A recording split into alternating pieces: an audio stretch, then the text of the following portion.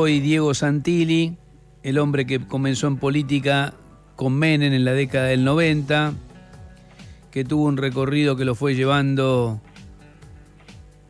por distintos estamentos del peronismo, cerca de Rucauf en un momento, cerca de Daniel Scioli, que después recaló en la Fundación Sofía, donde estaba ahí Horacio Rodríguez Larreta, terminó acompañándolo, en aquel momento creo que se llamaba Compromiso para el Cambio, ¿no? La fuerza política que después se convertiría en el PRO, se convirtió en vicejefe porteño, en diputado, del peronismo al PRO y del PRO a la Libertad Avanza. Ese es el recorrido que ha hecho Diego Santilli.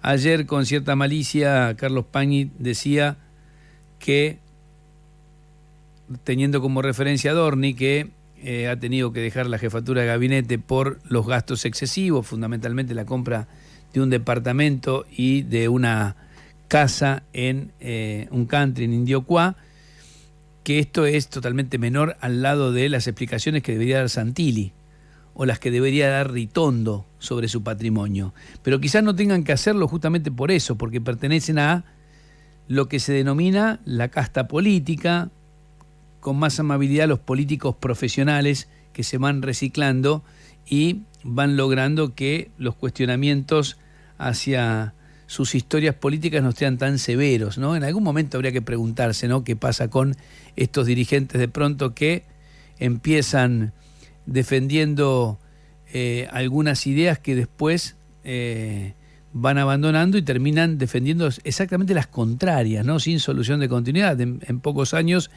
y por una gran ambición cambian totalmente de pensamiento político. Lentamente, el gobierno, les decía esta mañana temprano, se va tiñendo de amarillo.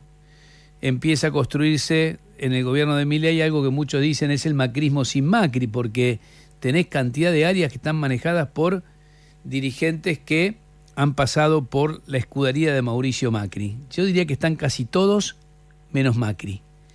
Y quizás esa sea la etapa de construcción y de consolidación de una opción de derecha en la Argentina, ahora sí, sin la pretensión que Milei tuvo alguna vez de ser algo distinto.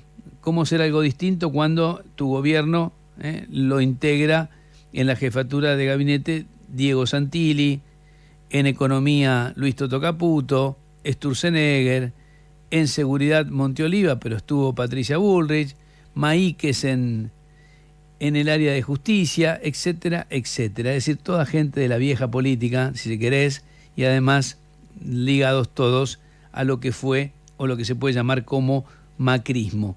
Pero la otra curiosidad, y en eso me quiero detener ahora, es que además a todos estos dirigentes, cuando estaban militando en el PRO, Milei les decía de todo, de todo. Ha borrado, por ejemplo, hoy cuando le tome juramento a Santilli, Milei logró que se borre este tuit, este mensaje, donde definía a su nuevo jefe de gabinete como el colorado hijo de mil putas de Santilli. Debería explicar cómo lleva el estilo de vida que tiene antes de ponerse a debatir sobre economía, de lo cual no sabe nada. Todos los opinólogos inútiles. Esto es de enero del 2023. No hace 1000 años, hace 3 años, Milei decía esto de Santilli. Y si quieren algo más, tenemos a Milei hablando de Santilli cuando era candidato, obviamente, del PRO. Pues yo no tengo la culpa. Si Juntos por el Cargo tiene un pésimo candidato horrible, como el caso de Santilli, que es un engendro, digamos, o sea, que estaba en capital, que lo pasaba a provincia. Bueno, digo, o sea, la gente de Menezes, o sea, se da cuenta que, digamos, que cómo se mueve por los negocios cierta parte de la política. Y entonces es lógico que tenga ese rechazo. Es fuerte escucharlo, ¿no? Santilli es el hombre en el que Milei deposita ahora toda la gestión política del gobierno. La gestión del gobierno está en manos de esta persona que, según Milei, hasta hace nada se movía solo por los negocios. Pero claro, cuando uno ve antecedentes de las reacciones de Milei sobre otros de sus funcionarios, se encuentra con cosas parecidas.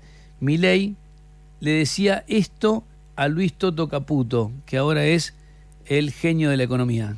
Se terminó en el Fondo Monetario Internacional, vino Caputo, o sea, lo echaron a Sturzenegger acusándolo de manejar mal la mesa, se fumó 15.000 millones de dólares de reserva irresponsablemente, ineficientemente, y nos deja este despiole de la ley Click. Caputo es uno de los responsables del 28D y es uno, digamos, de los grandes desastres que se hicieron en el Banco Central.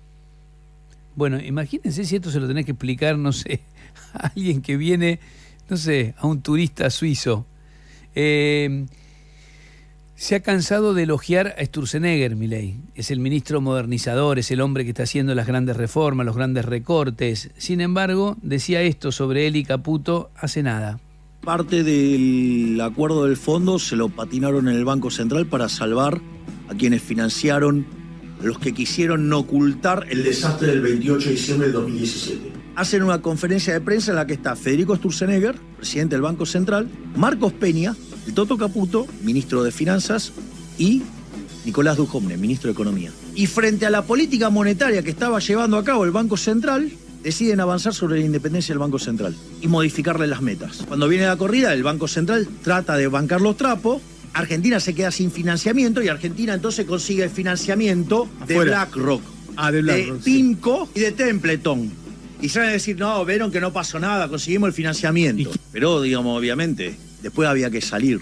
¿Y cómo salimos? Y como no nos daban los números, tuvimos que ir al Fondo Monetario Internacional, nos pusieron 45.000 millones de dólares. Estos dos personajes a los que defenestra tienen el manejo casi de toda la economía en la Argentina. Y quizás el caso más común, el que más tenemos todos en la cabeza, es las cosas que le decía a Patricia Bullrich, que hasta hace nada era su ministra de Seguridad.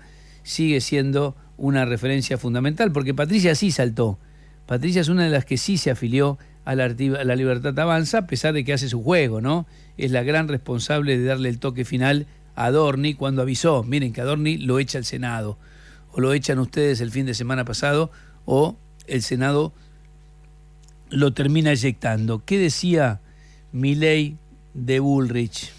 Hay un impresentable, sí, en Twitter, que se dedica a levantar noticias falsas, sí, digamos, sí, y está y se puso a hablar en un space, y entonces dice cómo ellos día a día inventan mentiras sobre mi persona para calumniarme, injuriarme, difamarme, sí, que después esas noticias que digamos fabrican, después son levantadas por periodistas amigos y afines, y eso todo desde la estructura de la señora Bullrich. El tema, digamos, ha quedado como claramente una de los personajes de la política más sucios y turbios que están dispuestos a hacer cualquier cosa con tal de ganar.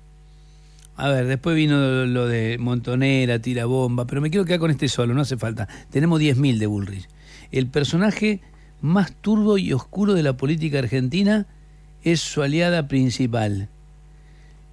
Los irresponsables endeudadores son ahora su ministro de Economía y el ministro de Modernización. El que se mueve por los negocios, el colorado hijo de mil puta, es el hombre que va a llevar adelante la gestión de gobierno. Es impactante, es impactante. Pragmatismo, le dirán ustedes, necesidad, lo que quieran.